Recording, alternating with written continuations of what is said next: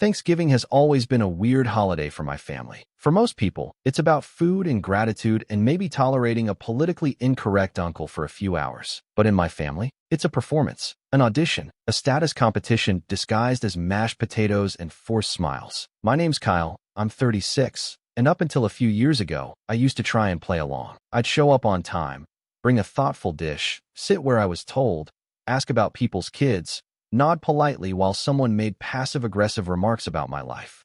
And then I'd leave early, stomach twisted into knots, wondering why I bothered. But this year was different. The shift started slow, like most family rot does. Not all at once. It's not like someone yelled at me or threw a plate. It was quieter than that. Subtler. It started with my cousin Ashley's wedding 3 years ago. She invited everyone except me and said it was because of limited seating. But I saw the photos afterward. My seat wasn't limited, it was replaced. Replaced by someone's new boyfriend, by the coworker who felt like family, by the fitness coach she met on a retreat and suddenly couldn't live without. I didn't say anything, just clicked through the pictures like everyone else, pretending it didn't sting. I had gotten divorced the year before that, and ever since, I noticed my seat at the metaphorical table, maybe even the literal one, was slowly getting pushed farther and farther toward the edge. My Aunt Margaret was the ringleader of it all. She has this veneer of class, you know the type. Pearls and pastel blazers. A voice that never raises but always cuts. She prides herself on being the family's moral compass, the matriarch ever since my grandma passed. She sends these long, detailed group texts about family events, who's bringing what time to arrive, dress codes, even links to Pinterest boards for theme inspiration. That kind of woman. She and I used to be close when I was a kid. She'd let me sit beside her and eat the first roll out of the basket before dinner. She taught me how to fold napkins into little fans. She used to call me her quiet night because I always noticed when she was overwhelmed and helped without saying a word. But something shifted when I hit adulthood. I didn't follow the script. I didn't marry someone from the neighborhood. I didn't get a job in the family business. I didn't have 2.5 kids by 30. And when my marriage ended after just 3 years, no scandal, just quiet growing apart. Well, that was the final nail. I became a cautionary tale. The group chat was called Fam Bam Feast 2025. I was in it, technically, though most of the texts felt like they were aimed around me rather than to me.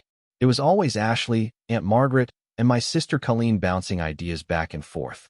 Matching sweaters. Holiday crafts for the kids. Who was bringing the gluten-free stuffing? I'd reply occasionally, I can bring wine, I can help clean up, but most of the time, no one would even acknowledge it. I became the background noise of the conversation. Until last week. It was late at night when I saw the message come through. Aunt Margaret. Her signature style. Perfect punctuation, 0 emojis. Hi everyone. Just a reminder that this year's Thanksgiving will be drama-free, classy, and family-forward. I'd like to kindly ask that we avoid any subjects or guests that might stir tension. That means no politics, no failure stories, and please, no divorced people at the table this year. Let's keep the energy elevated. Thank you. A thumbs-up emoji came through a second later from my sister. Then a heart from Ashley. That's when I noticed. The message had been sent to a new group chat. One I wasn't in. One I only saw because my cousin Jonah screenshot it and forwarded it to me with a single line, "Bro, WTF." I stared at it for a long time.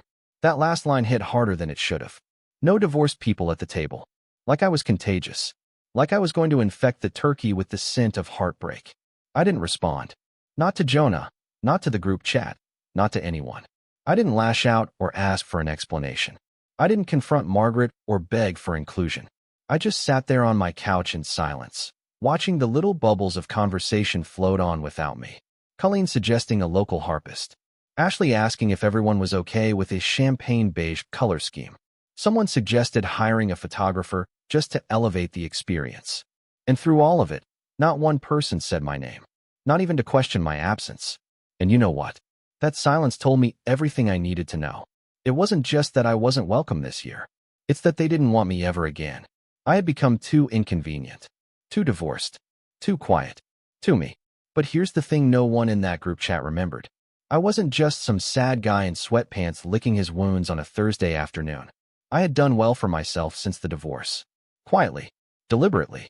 I'd started a consulting firm 2 years ago, small at first, just me and a laptop, but it had taken off faster than I expected. Tech optimization for legacy nonprofits. Boring on paper, gold in practice. Last quarter alone, I cleared mid-six figures. I don't say that to brag.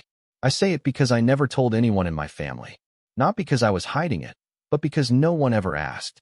They were too busy planning beige Thanksgivings and comparing Instagram followers. That silence gave me time to think. And when Jonah mentioned that everyone in the family had RSVP'd, yes, to the annual downtown charity gala the Saturday after Thanksgiving, the one Aunt Margaret always called the social event of the season, an idea started to form. A quiet, dangerous, delicious idea. I asked Jonah for the details. Who was going? Which organization was hosting? How the seating worked? Then I made a phone call. Then another. Then a wire transfer. I didn't tell a soul. Not even Jonah. Some things are better when they unfold in real time, right in front of people who thought they knew exactly where they stood in the world. Because this year, they didn't want drama at the Thanksgiving table. So I took the table away. I kept replaying that group chat message in my head. No drama, no failures, no divorced people at Thanksgiving. That was the moment something inside me clicked. Not snapped. Snapping is loud, violent. This was quieter. Something colder. I wasn't angry in the traditional sense. It was more like a door closed and locked behind me, and I realized I never wanted to walk back through it anyway. For the next few days, I didn't say a word to anyone. No texts. No passive-aggressive social media posts. Nothing. But I paid attention. Every time Aunt Margaret posted about the gala, I noted the time, the tone, the names she tagged. I started tracking how many people from my family were attending. Jonah said it was nearly everyone. Colleen and her husband. Ashley and her whole Smug Pilates crew. Aunt Margaret herself was on the planning committee this year and had bragged in her Sunday church group email that she'd secured a VIP table near the front stage for her family. A VIP table. She loved saying that. VIP. Like it was a reflection of moral superiority. As if having a white tablecloth and better hors d'oeuvres proved something about her soul. It made me sick to my stomach in the way only deep familiarity can. Like I could smell the perfume she wore when she said it. I could picture the way she'd touch her pearls absent-mindedly, a fake laugh ready to launch. I hadn't gone to the gala in years, but I knew the venue, knew the organizers. I even remembered the old woman who ran the seating chart.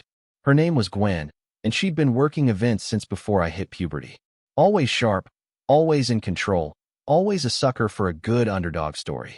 So I called her, told her I wanted to make a donation. Told her I wanted to stay anonymous. Told her I'd like to purchase every single VIP table, all 12 of them.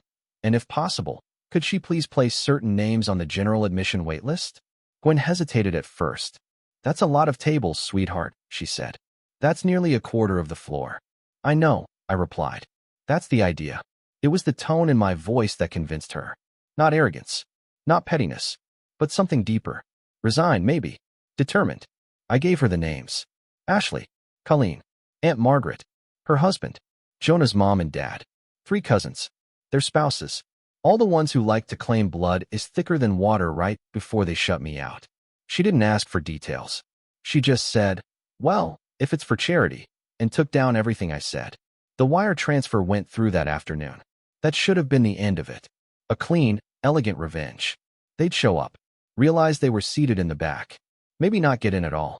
I'd sit near the stage, sipping champagne in silence, watching their faces twist as they processed it. But life has a way of twisting the knife before you get to pull it out. Because in the days that followed, before the gala even arrived, things got worse.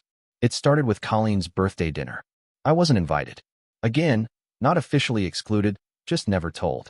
It wasn't until I saw a photo of the cake on Instagram, tagged with the location of a fancy seafood place downtown, that I even realized it had happened. 12 people. Smiling faces. Candles and oysters and wine. Ashley captioned it. The most genuine people always find each other. I stared at that photo for a long time. Tried to imagine the version of reality where I had just forgotten. I wasn't told. But I hadn't. I knew what this was. A slow erase. A methodical reshaping of family into something where I was no longer welcome. A new story written over the old one. One where Kyle, the divorced cousin, the outlier, the disappointment, just didn't exist anymore. That week, I ran into Aunt Margaret at the grocery store. She was standing by the organic produce, inspecting bell peppers like they might hold state secrets. I considered walking the other way, but she saw me before I could turn. Her smile was immediate, dazzling, performative, perfect. "Kyle," she trilled. "How are you, sweetheart?" "Sweetheart." I blinked. "I'm fine. We missed you at Colleen's dinner," she said, placing a pepper delicately into her cart. "But I suppose you've been so busy lately." There was a pause. She looked me over like she was checking for damage. "Still doing that digital thing?" "Consulting," I replied. "Yeah, it's going really well." I heard from someone that you moved into a new apartment." "Penthouse, actually," I said without thinking. "Downtown, near the riverfront." Her eyebrows rose for a split second. Just a flicker, but I saw it. "Well," she said, recovering. "That's nice. Must be cozy." Her smile didn't quite reach her eyes. "Anyway, I hope you'll be watching the live stream for the gala. Our table's supposed to be front row." I tilted my head. "Front row?" "Oh yes," she said breezily. "We always are." That word again. Always. Like it was a birthright. Like being seated at the front of a charity gala was hereditary. I smiled. Not sarcastically. Not cruelly. Just smiled. "I'm sure you'll be close," I said. "As close as possible." She gave a confused little laugh. "What's that supposed to mean?" I didn't answer. That was the last time I saw her before everything exploded. A few days later, the breaking point came in the form of an email. A family-wide newsletter from Aunt Margaret. She liked to send one each holiday season. Recipes. Updates. Sometimes prayer requests. But this one felt different. Like a curtain being pulled back on how she really saw me. Subject line: "Keeping our family strong, a Thanksgiving message." I didn't open it right away. I waited until I was home. Alone. Then I read it in full. The letter started like usual: gratitude, blessings, reflections on the past year. Then it turned sharp. "In times like these," she wrote, "we must protect our family from influences that drain our energy. That includes people who walk away from their commitments and expect us to celebrate their poor decisions. Divorce is not bravery. Failure is not noble. And isolation is not a sign of strength." My name wasn't in it, but it was all about me. She signed off with a Bible quote. Something about unity. I don't remember which one. I stared at the screen for a long time. My fingers hovered over the keyboard. I thought about replying. Thought about sending a link to an article on empathy. Thought about forwarding the letter to Colleen with a simple "seriously." But I didn't. I closed the email. Closed my laptop. Then I poured a drink. Sat in the dark. And for the first time in years, I let myself feel it. The grief of being cut out. Not for anything I did, but for who I was. And then I felt something else. Something colder. Something sharper. I was done waiting to be invited in. The next day, I doubled the donation to the charity gala. Told Gwen I wanted every name on that list confirmed off the VIP tables, moved far to the back, or off the list entirely. General admission was full, so the overflow policy would kick in. Waitlist only. First come, first serve. No guarantees. She warned me it might cause some confusion. I told her confusion was fine. Confusion was the point. I even bought myself a tux. Not rented. Bought. It had been years since I'd worn one, but I figured if I was going to make an entrance, I might as well do it right. I picked a black-on-black ensemble with subtle satin trim. Understated. Elegant. Ruthless. When I looked in the mirror that night, I barely recognized myself. Not because I looked different, but because I finally looked like someone who belonged. The gala was only 2 days away. There's a strange kind of silence that comes after betrayal. Not the kind where everything stops, but the kind where the world keeps spinning and you just don't. You hear the sounds of life moving on. You watch people laugh in public. You see families post throwback photos with #thankful and #blessed, and you realize you're the ghost in their narrative. You've been written out of the story before you even knew the page had turned. The day after that newsletter, the one where Aunt Margaret compared me to a disease without saying my name, I went for a long walk by the river. I didn't take my phone. Didn't bring headphones. Just walked. It was gray and windy. The kind of weather that scrapes your skin and makes you feel like the world itself wants to spit you out. I liked it. For a long time, I tried to pretend their rejection didn't bother me, that I was above it. But walking past families with strollers and couples with matching scarves, it hit me harder than I expected. I wasn't angry anymore. I was tired. Tired of being the one who always made room for other people's comfort. Tired of explaining my absence in rooms I was never truly invited into. Tired of pretending I didn't miss what I thought we had. I ended up at a small bench near the edge of the water. Sat there until my fingers went numb. I kept replaying the last few years. The excuses I made. The way I'd tell myself they just forgot, or they didn't mean it like that, or maybe I should have tried harder to be part of things. I blamed myself. For being quiet. For being different. For being divorced. But that's the lie they fed me. That not being what they expected meant I had failed. I had to start unlearning that. I didn't go back to my apartment that night. I checked into a small hotel across town instead. Just a few nights. I needed a space that didn't carry the weight of memory. A place where the air didn't feel full of reminders. That hotel became my cocoon. I ordered room service. Took long showers. Read books I had been putting off. I stayed quiet. Still. Let myself unravel a little. It was Jonah who reached out first. He texted the next morning. No fluff. No emojis. Saw the newsletter. That was low. I didn't reply right away. I appreciated the gesture, but I didn't want to get dragged into another conversation about how that's just how Aunt Margaret is, or how, she didn't mean it like that. I didn't want comfort. I wanted clarity. And space. 3 hours later, he sent another message. You okay? This time I replied. Not really. But I will be. And I meant it. The thing about hitting rock bottom is that you stop worrying about slipping further. There's a kind of brutal freedom in it. You don't have to perform anymore. Don't have to pretend you're waiting to be invited, included, saved. I had nothing left to lose with them. And for the first time in years, I felt something that looked a lot like power. When I got back to my apartment a few days later, I started making small changes. I deleted the Fam Bam Feast group chat. Not just muted, gone. I unfollowed people I hadn't spoken to in months. I blocked a few too. Not out of spite. Out of preservation. If they weren't willing to see me, they didn't deserve access to me. I cleaned my apartment from top to bottom. Donated half my closet. Rearranged the furniture. Got rid of the couch my ex-wife had picked out back when we still thought matching throw pillows would fix our distance. Bought a new one. Firmer, darker mine. Then I opened my laptop and got to work. Business had been going well for a while. The consulting firm was steady, my clients were loyal, and referrals were growing. But I'd kept it small on purpose. Told myself it was manageable, that I didn't need more stress. But maybe I'd been hiding, too. Afraid to grow too big because part of me still thought I didn't deserve success if I didn't have a picture-perfect family to go with it. That changed now. I reached out to 2 colleagues I trusted. Asked if they wanted in on an expansion project. Within 2 weeks, we had a blueprint for a scaled-up version of the firm. New branding. New service tiers. A mentorship program for younger consultants. I reinvested a chunk of my savings into building a lean, agile backend. I hired a web designer, a ghostwriter for blogs, and even booked a speaking gig, my first in 3 years. Something shifted in me. I stopped treating my life like a placeholder. It wasn't a waiting room for someone else's approval anymore. And that confidence started to ripple into everything. I reconnected with a friend from college, Tessa, who I hadn't spoken to in years. We'd had a brief moment once, back in school, but it fizzled out under the weight of bad timing and bigger insecurities. Now, she was divorced too. A single mom. A painter.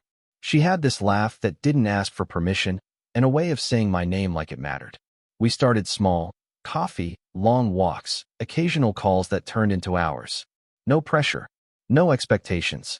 Just 2 people with scars and stories and the patience to listen to each other. She never asked about my family. Never prodded. But when I mentioned the gala, she smiled and said, "You're going to look like someone they'll regret forgetting." And I did. That tux wasn't just fabric. It was armor. But even as I rebuilt, even as my life started to feel like mine again, there was a part of me that hadn't quite healed. The part that still remembered being 10 years old and watching Aunt Margaret beam at me from across a Thanksgiving table because I'd learned how to set the cutlery correctly. The part that remembered her saying, "You're going to make a wonderful man one day, Kyle." That boy still wanted to ask what happened. But that boy also knew better now. He'd learned that some people only love the version of you that fits their script. The moment you change, the moment you deviate from the lines they wrote for you in their heads, you become expendable. And I had deviated. I had grown. And now I was rising. I kept the plan for the gala quiet. Didn't even tell Tessa. I wanted the moment to unfold in silence. Clean. I didn't want to gloat. I just wanted them to feel, for once, what it was like to be unseen. But on the inside, I was still bracing for something, for someone to ruin it, for a message to come in, for the charity board to reverse the seating plan, for some last-minute betrayal to snatch it all away. Years of conditioning made it hard to believe I was allowed to win. The night before the gala, I got one last text from Colleen. "Hey, just wanted to say I hope you're doing well. Haven't heard from you in a while. Things have been hectic. Looking forward to seeing you at the gala. Margaret's table is going to be amazing this year. Front row, obviously. No apology. No mention of the newsletter. No acknowledgement of the erasure. Just a reminder of how things were supposed to be." I stared at the screen for a moment, then locked my phone and set it on the counter. I didn't reply. Instead, I turned on some music, opened a bottle of wine, lit a candle, and stood at my window, watching the city lights flicker like stars rearranging themselves, making new constellations for a story that was finally mine. The stage was set. The curtain was about to rise. And the people who wrote me out of the script had no idea they were about to play supporting roles in my quiet, devastating comeback. The week of the gala was strangely calm. No last-minute drama, no guilt-tripping texts, no surprise phone calls from long-lost relatives suddenly rediscovering family ties. Just silence. A vacuum. The same kind they left me in all those years, when they quietly forgot to invite me, forgot to ask how I was doing, forgot to care. But this time, the silence didn't hurt. It was a blank canvas. And I had the brush. There's a certain thrill in planning something they'll never see coming. Not out of malice, but precision. This wasn't petty. It wasn't about vengeance for the sake of ego. It was about balance. About restoring something they had disrupted long ago. My sense of self. My seat at the table. Or, more accurately, my power to remove theirs. The gala had always been Aunt Margaret's pride. It wasn't even her charity. Just an event she clung to like it was a status symbol. Every year, she'd post her arrival on Facebook like it was the Oscars. The dress. The makeup. The smug caption. Grateful to support a cause that matters with the best people in the best seats. She collected gala photos the way some people collect teacups, fragile and overpriced, but displayed like trophies. So I knew the only way to reach her, to really reach her, was through that world. Not with shouting or confrontation. That would only give her more lines to use. Kyle's always been so emotional. He never could handle a disagreement. You know how divorce makes people bitter. No, I needed to play her game. And beat her at it. Quietly. Gracefully. With a knife made of velvet. First, I triple-checked the arrangements with Gwen. She was sharp as ever. "You've got all 12 VIP tables reserved in your name," she said over the phone, sounding both amused and mildly alarmed. "Every name on your list has been reassigned to general admission waitlist. Some of them might not even get in, depending on turnout." "Perfect," I said. "And you're sure you want to stay anonymous?" "Yes," I said. "I don't want the donation public. But the tables, let them guess." She chuckled. "You've got a streak of drama in you, kid. Only when it's earned." Next, I made sure the seating chart was displayed prominently at the entrance. Gwen was happy to oblige. She told me they'd have a printed board with everyone's name and table number, sorted by category, VIP at the top, general admission in smaller font below. My family would be able to read their new place in the hierarchy as soon as they walked through the door. I also requested a small touch of irony. Place cards at the tables. Each one embossed with gold foil. Nothing flashy, just initials. My initials. OC. That would be the only clue to the patron behind their confusion. Not enough to point fingers, but enough to keep them wondering. Enough to plant doubt in the one place they'd never admit it lived, their pride. I didn't tell Tessa what I'd done, not yet. But I did invite her. It was the first time I'd ever brought someone to a formal event since my divorce. I was nervous. She wasn't. She showed up at my apartment the afternoon of the gala in a soft black dress and a pair of red heels that looked like they could command a courtroom. Her curls were pinned back, and she carried herself like someone who had nothing to prove, my favorite kind of strength. "You're staring," she said as I opened the door. "You look." I tried to find a word that didn't sound like a line. "Like they'll remember you." She smiled. "That's the idea." I told her almost everything on the ride there, not the donation itself, but the family history, the slow exile, the group chat, the newsletter, the years of being erased with a smile. She listened without interrupting, just nodded occasionally, eyes fixed out the window. Then, softly, she said, Sometimes the best revenge isn't making them feel what you felt. It's letting them feel less than they made you believe you were. I nodded. Exactly. The gala was being held at the Hamilton Civic Hall, a glass-walled, high-ceiling venue with a sprawling view of the river. The parking lot alone was a parade of status symbols, luxury sedans, vintage cars. One guy who clearly thought pulling up in a stretch limo would impress the wrong kind of crowd. We arrived 10 minutes early. Just enough time to watch. The lobby was buzzing. Velvet ropes, champagne flutes, photographers snapping candid shots of board members and influencers pretending not to pose. The massive seating chart was displayed near the registration table, backlit and bold. I watched as people gathered around it, fingers tracing the names, scanning for recognition and ego boosts. Then I saw them arrive. Colleen first. Her husband trailed behind, adjusting his cufflinks like it was the most important moment of his year. Then Ashley, with 3 of her Pilates crew, all perfectly coordinated in mismatched metallic gowns and fake laughter. Aunt Margaret was last. She arrived like royalty. Floor-length satin, a shawl that probably cost more than my first car. And her husband, quiet as always, hovering behind her like a footnote. They didn't see me. Not yet. They went straight to the board. I watched Colleen's face change first. A flicker of confusion, then mild concern, then the half-laugh of someone trying to pretend she's not panicking. Ashley leaned in, pointed at something, then frowned. I could practically hear her say, "That can't be right." Aunt Margaret stood still. Her finger hovered just above the board.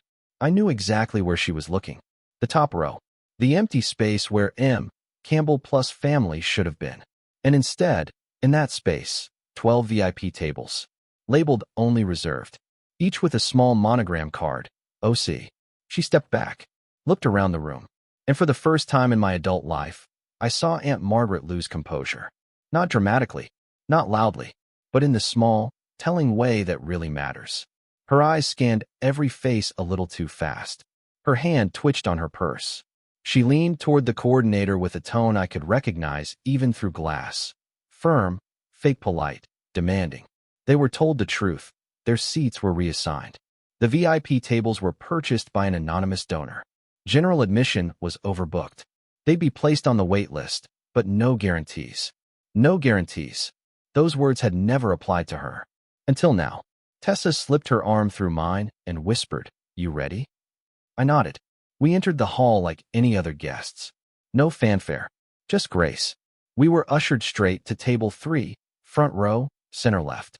The lights bounced off the silver place settings. Everything glowed. And just before I sat down, I turned. Aunt Margaret was still in the lobby. Standing beside her were Colleen and Ashley, flustered and uncertain. Their names were not called. Their table was not ready. There was no one rushing to fix it. For the first time, they were the ones on the outside looking in. And they didn't even know why. I took my seat, smiled, and waited for the next course to be served, not of food, but of realization. Because this was just the beginning. The music swelled as the lights dimmed, casting a golden glow across the gala hall. Waiters in black vests weaved through the velvet-draped VIP tables, balancing champagne flutes and silver trays of hors d'oeuvres. My table, table 3, was filled with city council members, donors, and local artists. Important people, polished people. But the seat beside me, that one remained empty, reserved for someone who didn't need a name tag. From the corner of my eye, I could see the lobby, specifically, the growing tension at the entrance. Aunt Margaret was still standing at the registration table, clutching her clutch like it held the very last shred of her dignity. Colleen looked like she'd just been told the world had run out of moisturizer, and Ashley was pacing near the photo backdrop with her arms folded tightly across her chest. Gwen, cool as ever, was gently but firmly explaining the situation again. The wait list, the overbooking, the absence of guarantees. "But this is our table," Margaret was saying now, her voice just loud enough to carry. "We are SVP'd months ago. We are not general admission." "I understand that, ma'am," Gwen said smoothly. "But your table was never confirmed. We sent out multiple notices." Margaret turned sharply. "This is a mistake. I'm on the committee. You were invited to participate, yes. But committee privileges do not override ticketing policy." She blinked. Once. Twice. That old, frostbitten composure trying to set in. And then she saw me. I don't know if she recognized me immediately, It had been years since I'd worn anything more formal than a button-down to family gatherings. But I stood out in the crowd. Everyone at table 3 was laughing, toasting, conversing, and I was just sitting there, calm, composed, watching. Tessa leaned in. They're about to blow. I didn't answer. I didn't need to. The moment had arrived, and all I had to do was let it breathe. Aunt Margaret marched toward the entrance to the hall, heels tapping like gunfire. Ashley and Colleen followed close behind, fuming. They crossed the threshold just as the event host stepped up to the stage. A tall, elegant woman with a commanding voice welcomed everyone and thanked the evening's most generous and discreet benefactor, an anonymous donor whose contribution allowed the gala to double its outreach this year. She gestured toward the VIP tables with a flourish. My table. A few heads turned. Margaret stopped in her tracks, confusion twisting into dawning realization. She scanned the tables, the centerpieces, the embossed place cards with the initials OC. Her mouth opened, then closed, then opened again. She was about to speak when one of the ushers approached and asked if she had a ticket for general admission. We're at capacity for the main hall, he explained. There's overflow seating in the lounge, and we're live streaming the event for waitlisted guests. That was the final crack. I am not watching this from a lounge, she snapped. Do you know who I am? Tessa sipped her drink beside me. They always say that right before they're escorted out. The usher, clearly trained for exactly this level of drama, kept his expression neutral. I do, ma'am. And I apologize for the inconvenience. The next few minutes were deliciously uncomfortable. Margaret tried to speak to someone on the board. No one came. Colleen tried to guilt Gwen into making an exception. Ashley tried the influencer angle. Do you know how many people follow me? Which landed with a thud. Eventually, they were guided toward the side lounge, past guests who were now murmuring quietly behind cocktail glasses. They didn't sit. Not right away. They hovered in the back, glancing toward the stage, occasionally whispering and pointing. Then, at last, they gave in. They sat. Not in the front row. Not near the donors. Not even near the free bar. But in the shadows of their own fading influence. The program continued. Stories were shared. Lives changed by the charity's work. Applause. Speeches. Gratitude. Then came the raffle. Margaret had lived for the raffle. She won once, back in 2017, and never let anyone forget it. She'd framed the certificate. Aunt Margaret always wins something, she'd say. It's just the energy I bring. This year's top prize? A luxury weekend package at the Riverfront Grand Hotel, my building. The announcer pulled the winning number. I could see Margaret clutching her ticket from across the room, her posture stiff and ready to stand. And the winner is Table 3, Seat 6. That was Tessa. She blinked, surprised. Laughed. Did you rig this? She whispered. Nope, I said, grinning. Just karma. As she went to accept the prize, the crowd clapped, and I glanced back toward the lounge. Margaret wasn't clapping. She was staring at me. And this time, there was no confusion, no denial, just quiet understanding. The pieces had locked into place. The donation, the seats, the initials. It wasn't just chance. It was me. After the event ended, the guests trickled out slowly, basking in their little moments of glamour and charity. I lingered, chatting with a board member, accepting a quiet thank you from Gwen, and making sure to shake hands with the speakers. Then I turned to leave, and there they were, waiting near the exit. Margaret, Colleen, Ashley, each one with a different flavor of fury on their face. Why? Margaret asked flatly. No greeting. No pretense. I raised an eyebrow. Why what? You did this. I reserved some tables. Made a donation. Supported a cause I care about. Colleen stepped forward. You embarrassed us. No, I said calmly. You did that. I just gave you the stage. Ashley scoffed. You think this makes you better than us? I stepped closer, lowering my voice so only they could hear. No, I think this shows you who I've always been. Someone you pushed out because he didn't fit your mold. Someone you erased because his life didn't look like yours. Someone you thought you could exile quietly while sipping sparkling cider and talking about family values. Margaret's voice trembled, not with sadness but with controlled rage. You've humiliated this family. I smiled, but it didn't reach my eyes. No. I held up a mirror. You just didn't like the reflection. They had no response. There was nothing left to say. I turned and walked out into the night. The city lights soft against the skyline. The the sound of distant music still humming behind me. Tessa was waiting near the car, wrapped in her coat, her eyes bright. "Well?" she asked. "Feel good?" I exhaled. Not a sigh, a release. "Yeah," I said. "It feels finished." Because revenge, when done right, doesn't need to shout. It doesn't need to ruin. It simply reclaims. And as we drove away, the gala fading behind us, I realized something. They had taken my seat at the table once. But now, I own the whole damn room. And I never looked back. Christmas has a way of freezing moments in amber, like you can still hear the crackle of wrapping paper and the sharp inhale before a laugh even years later. For me, that sound is my mother's laugh, too loud, a little performative, right as my sister lifted the lid of a velvet box and the room collectively leaned forward. I remember the weight of the sock package in my hands at the same time, thin and soft, already telling me everything I needed to know before anyone said a word. "I'm Kyle. I'm 29, and until that night, I would have told you my family wasn't perfect, but we were fine. Functional. Loud holidays, inside jokes that got recycled every year, and an unspoken hierarchy we all pretended didn't exist. If you asked my parents, they'd say they treated us equally. If you asked my sister, Lauren, she'd probably say she earned what she got.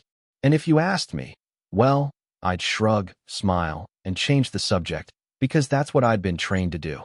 The living room was packed that Christmas Eve. The tree was too big for the space, decorated the way it always was, with mismatched ornaments and the same crooked star we'd argued about since I was a teenager. My dad had already poured himself his second drink. My mom was hovering near her phone, taking photos she'd later post with captions about gratitude and family. Lauren sat on the floor closest to the tree, legs folded neatly, phone face down beside her like she was ready for a moment. I should have noticed that detail earlier. We'd already done the casual gifts. Scarves, candles, a book for my dad that he'd never read but always appreciated the idea of. Then my mom clapped her hands together and said, "Okay, this one is special," and slid a small, heavy box across the floor toward Lauren. Lauren's smile was immediate. Not surprised, anticipatory. She glanced up at my parents, then at me, just for a fraction of a second. There was something in that look I couldn't name yet, but it sat wrong in my chest. She opened the box slowly, savoring it, and there it was. A diamond Rolex. I don't pretend to be a watch expert, but even I knew what I was looking at. The way it caught the light. The way my dad leaned forward like he wanted to hold it himself. "Oh my God," Lauren said, breathy, like she'd practiced it. "You didn't have to." My mom laughed. "We wanted to." The room buzzed. Compliments flew. Someone asked if it was insured. My dad answered before Lauren could, proud and loud, talking about policies and coverage and how some things are worth protecting. I sat there with the socks on my lap, unopened, feeling like a prop in someone else's story. When it was my turn, my mom slid a flat package toward me and said, "Yours is practical." Like that explained everything. I smiled. I always smile. I opened the socks, held them up, made a joke about needing them. Because everyone needs socks, right? There was laughter, real laughter, not cruel, just careless. Lauren reached over and squeezed my arm, still wearing the watch, and said, "Next year," like it was a promise instead of a pattern. That should have been the end of it. A bad holiday moment filed away under family stuff. But it wasn't just the gift. It was the way the rest of the night unfolded. How my mom kept asking Lauren to hold her wrist up for photos. How my dad talked about the watch like it was an investment. How no one noticed when I slipped into the kitchen to help clean up, like I always do, because it gives me something to do with my hands. On the drive home, I told myself I was being sensitive. I always tell myself that. I reminded myself of the ways my parents had helped me before. I reminded myself that Lauren had kids, that she needed more, that life wasn't a scoreboard. But the image wouldn't leave me. Velvet box versus thin cardboard. Diamonds versus cotton, applause versus polite chuckles. What made it worse, and this is where it starts to matter, is that the watch didn't come out of nowhere. I knew more about that Rolex than anyone in that room realized. I knew the paperwork. I knew the policy number my dad bragged about. I knew exactly why the watch was untouchable, as my uncle had joked. Because months earlier, I'd been the one sitting at my laptop late at night, sorting through insurance options, fielding calls, negotiating coverage. Not because I loved watches, but because I was good at boring details, and my dad trusted me with those. At least, He trusted me when it was convenient. Over the next few days, the joke started. Texts from relatives about stepping up your sock game next year. A photo Lauren sent to the family group chat of her wrist in the sunlight, captioned, "Still can't believe it." My mom commented with heart emojis. My dad asked me if I could just double-check that everything was finalized, because you can never be too careful. That was the moment something shifted. Not anger, exactly. Something colder. A realization that the smile I'd worn for years wasn't just politeness. It was permission. And that everyone, including me, had gotten very comfortable with it. I sat at my desk that night, the house quiet, my phone lighting up with another message about the watch. I pulled up the documents out of habit, scrolling past names and numbers I knew by heart. My cursor hovered longer than it needed to over one particular section. I felt my stomach tighten, not with guilt, but with clarity. Because suddenly, the socks didn't feel like a joke anymore. They felt like a line. And for the first time, I wasn't sure I was willing to stay on my side of it. I didn't do anything yet. I just stared at the screen, listening to the hum of my computer, thinking about velvet boxes and laughter, and how easily people confuse generosity with fairness. And somewhere between one breath and the next, I realized that whatever came next, Christmas had already changed something in me. After Christmas, things didn't cool down. They never do they? They just go quiet in that dangerous way, like everyone is pretending nothing happened while quietly adjusting their behavior around the new reality. Lauren's watch became part of her personality overnight. Every visit, every family lunch, every casual stop by turned into an excuse for her to bring it up without technically bringing it up.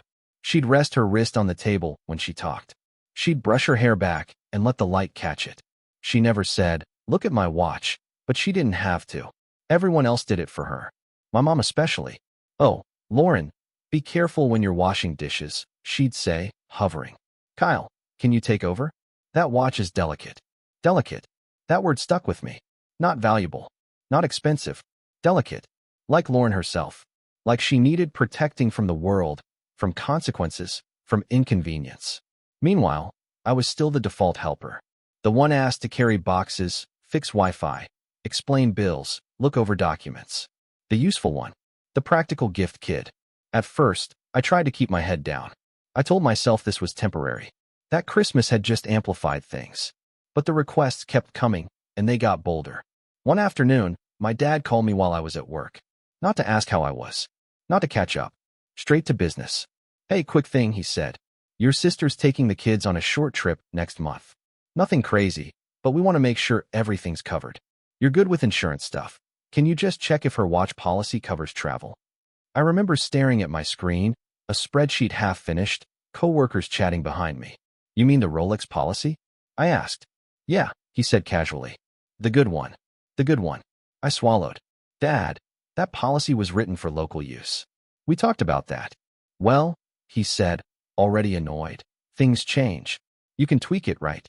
There it was. The assumption that my time, my expertise, my energy were communal property.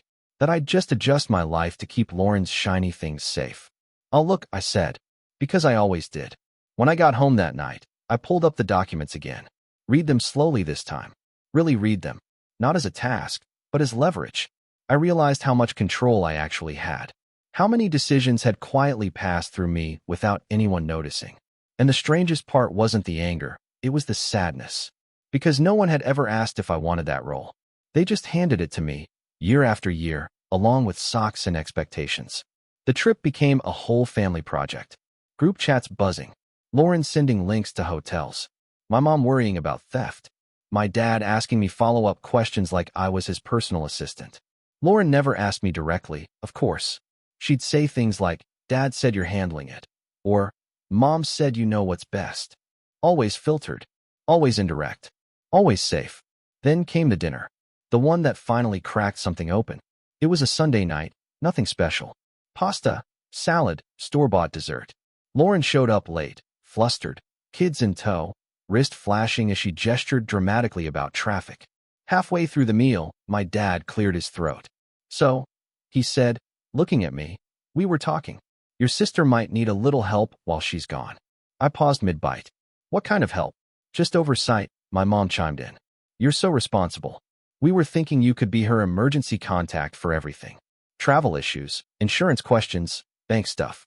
Just in case. Just in case. Always just in case. Lauren smiled at me, that familiar tight smile. You don't mind, right? You're good at this stuff. I'd just worry otherwise. I felt everyone's eyes on me. The old instinct kicked in. The smile, the nod, the swallowing of discomfort. But something resisted this time. Something tired. I mind, I said. The word landed heavier than I expected. The table went quiet. My mom blinked. My dad frowned. Lauren laughed. A short, confused sound. What do you mean, you mind? I mean, I said carefully, I don't want to be responsible for all of that anymore. My dad leaned back, arms crossed. Kyle, don't make this a thing. That sentence. That exact sentence. It had followed me my whole life. I'm not making it a thing, I said. I'm just saying no. Lauren's smile faded. Wow. Okay. That's surprising. After everything mom and dad do for you. There it was. The first knife slid in gently. My mom jumped in immediately. Sweetheart, we're a family. We help each other. I looked at her. Does that go both ways? She hesitated. Just for a second. Long enough for me to notice. The conversation limped on after that. Tense and awkward. No resolution. No apology. When they left, my dad barely said goodbye. Lauren hugged me stiffly, her watch pressing cold against my arm, and whispered, I hope you're not being bitter. That night, my phone buzzed nonstop. Messages from my mom about how hurt Lauren was. From my dad about how disappointed he was. From Lauren herself, long paragraphs about stress and responsibility and how unfair it was that I was checking out, now of all times. Then came the message that changed everything. It was from my mom. Shorter than the others. Sharper. If you can't be supportive, then maybe you shouldn't be involved at all. We trusted you. I didn't raise you to be selfish. I read it 3 times. Slowly. Carefully. Something about the word trusted sat wrong. Because trust implies choice. And I was starting to see that I'd never been given one. The next day, I found out what not being involved really meant. Lauren had gone to my parents behind my back. Told them she was uncomfortable with me having access to her information. That she didn't feel safe with me handling things if I was going to be resentful. My dad called to inform me, not ask, that they'd be transferring everything out of my hands. Bank contacts. Emergency forms. Decisions. Except they missed one thing. The insurance policy. The one thing that hadn't been moved yet. The one thing that was still technically under my management because it was complicated, and we'll get to it later. I didn't say anything. I listened. I thanked my dad for letting me know. I told him I understood. And after we hung up, I sat there for a long time, phone face down on the table, heart pounding in my ears. It wasn't just the dismissal. It was the narrative shift. Overnight, I'd gone from reliable to problem, from asset to liability. And the reason wasn't that I'd done something wrong. It was that I'd finally done something different. The betrayal hit fully a few days later when I found out, through a cousin, not even directly, that Lauren had told people I was jealous, that I'd always had issues with her success, that I'd been holding things over her head, painting herself as the victim, me as the unstable one. That one hurt more than I expected, because I protected her image for years, smoothed things over, taken jokes on the chin. And now, the moment I stepped out of line, she rewrote me. That night, I opened my laptop again. Same documents, same quiet room. But this time, my hands were steady. The shock had burned off, leaving something solid underneath. Not rage. Resolve. I didn't click anything yet. I didn't change anything. I just read the fine print one more time, understanding it not as a task, but as a turning point. Because the watch wasn't just a watch anymore. It was a symbol of who was protected, of who was expected to give, of who was allowed to say no, and who wasn't. And sitting there, alone, I realized something that made my chest feel both lighter and heavier at the same time. They thought cutting me out would take away my power. They had no idea where it actually was. The weeks after that phone call felt hollow, like someone had scooped something out of my chest and left the outline behind. Not pain exactly, more like disorientation. I kept reaching for my phone out of habit, expecting a message that never came. The family group chat went quiet around me, but not silent. I could see the typing bubbles appear and disappear. Photos sent without me. Conversations happening just out of reach, like laughter behind a closed door. At first, I told myself I was fine. I focused on work. I stayed late. I answered emails fast, took on extra projects, volunteered for things I didn't care about just to fill the hours. When people asked how my holidays were, I said, good, because that word has always been easier than the truth. But the nights were harder. That's when the noise died down and the questions crept in. Was I actually selfish? Had I misread everything? Maybe this was just what adulthood looked like, quietly accepting your place and not expecting applause for it. I replayed conversations in my head, trying to find the moment where I'd gone too far. The word no echoed louder than I expected it to. The real low point came on a Tuesday afternoon, weeks later, in the most unremarkable way possible. I was in the grocery store, standing in the socks aisle of all places, staring at a wall of neatly folded pairs. Gray, black, thick, thin. I don't know why it hit me there, but suddenly my throat tightened and I had to step away. I left the cart where it was and walked out, heart racing like I'd done something wrong. That's when I admitted it to myself. I wasn't okay. I hadn't just lost a holiday argument. I'd lost my role. And for better or worse, that role had been my identity for a long time. I stopped reaching out after that. Not dramatically. I didn't announce anything. I just didn't initiate. If my mom texted, I answered politely but briefly. If my dad called, I let it go to voicemail unless it sounded urgent. Lauren didn't contact me at all, which somehow hurt more than if she'd yelled. Silence has a way of making you doubt your own existence. A month passed, then another. Life moved on around me, and I felt like I was watching it through thick glass. The family gatherings I used to attend out of obligation came and went without me. I saw photos online. Lauren smiling. The watch always visible. My parents beaming like everything was exactly as it should be. I had moments where I almost broke, where I hovered over my phone, tempted to apologize just to restore the old balance, to say I'd overreacted, to slip back into place. The temptation scared me because it meant how deep the conditioning went, how easy it would be to trade my self-respect for familiarity. Instead, I did something small and selfish for the first time in a long while. I booked a weekend away. Nothing fancy, just a quiet place a few hours out of town. No family, no obligations, no one needing anything from me. The first night, I slept for almost 12 hours straight. When I woke up, there was this strange calm in my chest, like my body had been holding its breath for years and had finally let go. That weekend didn't fix me, but it cracked something open. I started therapy not long after. I didn't tell my family. I didn't need their permission. Sitting in that room, saying things out loud that I'd always minimized, was uncomfortable in a way that felt productive. The therapist didn't gasp at my stories or tell me I was right or wrong. She just listened, then asked questions that lingered long after the session ended. Why do you think your needs came last? What would happen if you didn't smile through discomfort? Who benefits from you staying quiet? Those questions followed me everywhere. To work. To the gym I finally joined after years of saying I didn't have time. To my apartment, where I slowly started making changes, not dramatic ones, but intentional ones. I rearranged furniture. Got rid of things I'd held onto out of guilt. Socks included. I also started saying no in other parts of my life. Not rudely, just clearly. And something interesting happened. The world didn't collapse. People adjusted. Some drifted away. Others respected it. Each no felt like lifting a weight I hadn't realized I was carrying. Financially, I made moves too. Quiet ones. I took on a consulting project on the side, insurance-related, ironically. A friend of a friend needed help navigating policies for a small business. I charged what my expertise was actually worth. They paid without argument. That alone rewired something in my brain. Work noticed the shift. I wasn't just reliable anymore. I was confident. I spoke up in meetings. I set boundaries around my time. When a promotion opportunity opened up, I went for it instead of assuming someone else deserved it more. I got it. The raise wasn't life-changing, but the recognition was. Somewhere in the middle of all this rebuilding, I realized I hadn't checked the family documents in a while. Not out of avoidance, out of disinterest. My life had grown in directions that didn't orbit theirs anymore. And that realization brought an unexpected wave of grief. Not for what I'd lost, but for how much I'd been willing to give up to keep the peace.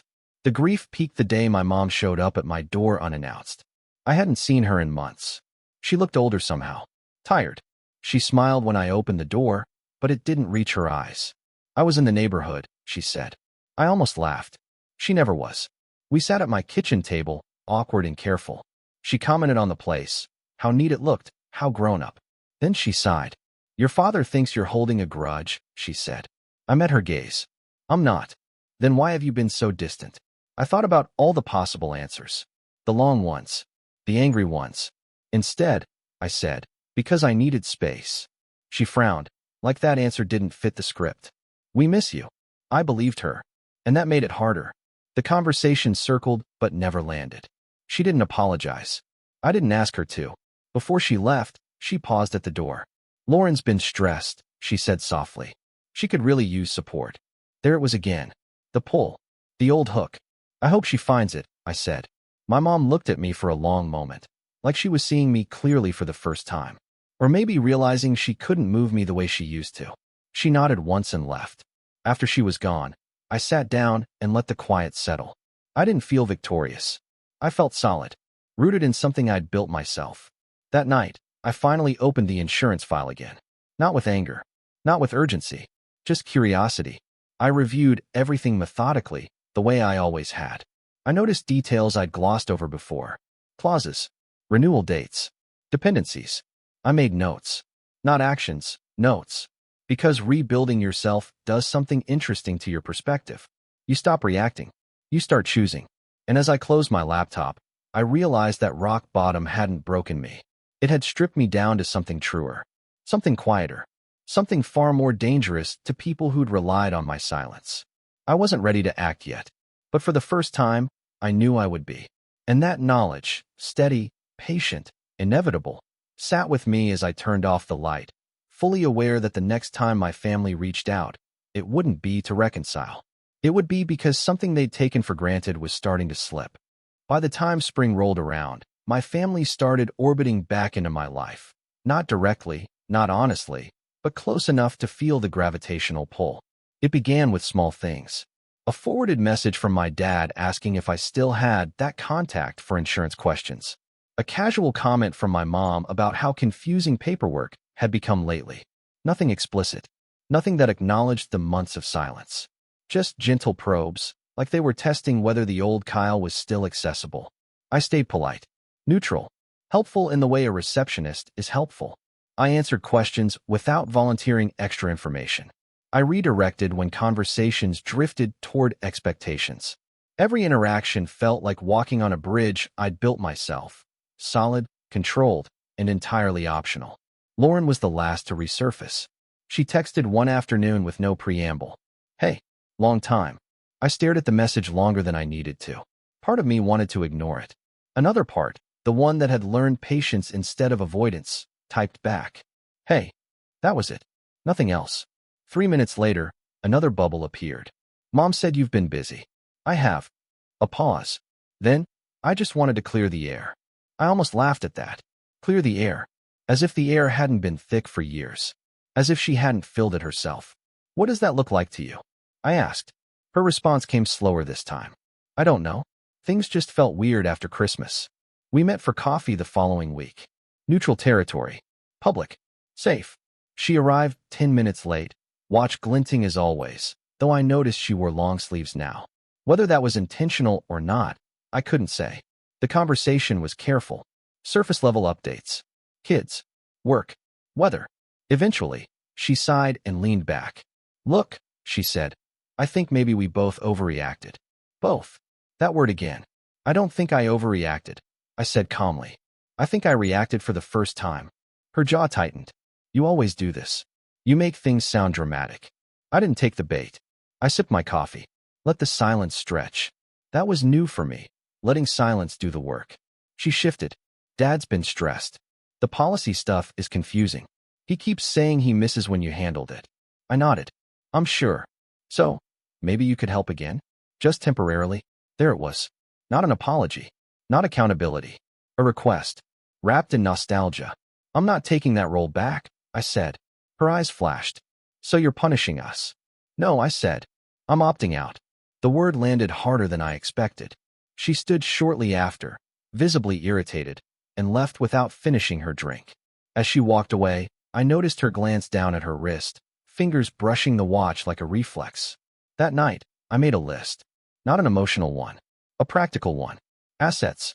Dependencies. Assumptions. Places where my family still relied on systems I'd quietly built and maintained over the years. I didn't do this out of spite. I did it because clarity demands inventory. The insurance policy was at the top, of course, but it wasn't the only thing. There were automatic renewals tied to my email, emergency contacts that hadn't been updated, vendors who still called me first out of habit.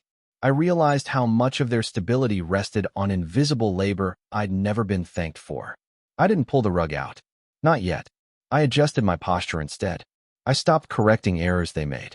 I stopped reminding them about deadlines. I let small inconveniences surface naturally. Not enough to cause damage. Enough to create awareness. My dad called more frequently after that. Short calls. Frustrated tone. Do you know why this renewal notice looks different? I'm not sure, I'd say. I haven't been managing that. Oh, right. Each right carried weight. I also started documenting everything. Not in a dramatic folder labeled revenge or anything like that. Just notes, dates, conversations. Who said what? When requests were made. When boundaries were crossed. Therapy had taught me that memory is powerful, but records are stronger. Around this time, something unexpected happened. My cousin Mark reached out. I heard things have been tense, he said over a beer one evening.